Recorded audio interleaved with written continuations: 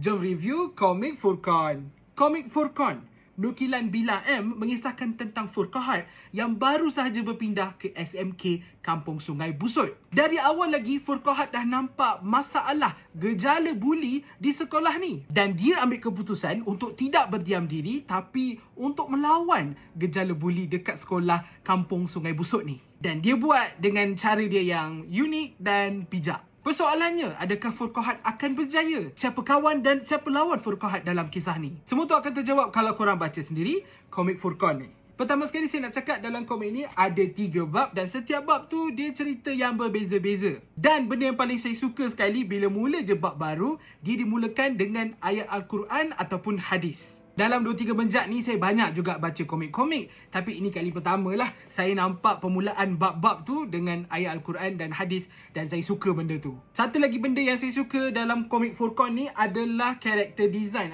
Korang tengok sendiri karakter Furqan. Design dia unik dan ada banyak lagi karakter-karakter lain yang design dia fresh. Itu yang saya suka. Benda yang saya tak pernah nampak lagi dalam komik-komik lokal. Dan of course saya sangat suka dengan cerita dan pengajaran yang disampaikan dalam setiap bab komik Furqan ni. Cerita dia tak hanya fokus kepada Furqahat sahaja, cerita dia fokus kepada tukang buli tu. Kenapa dia buli? Apa sebab semuanya?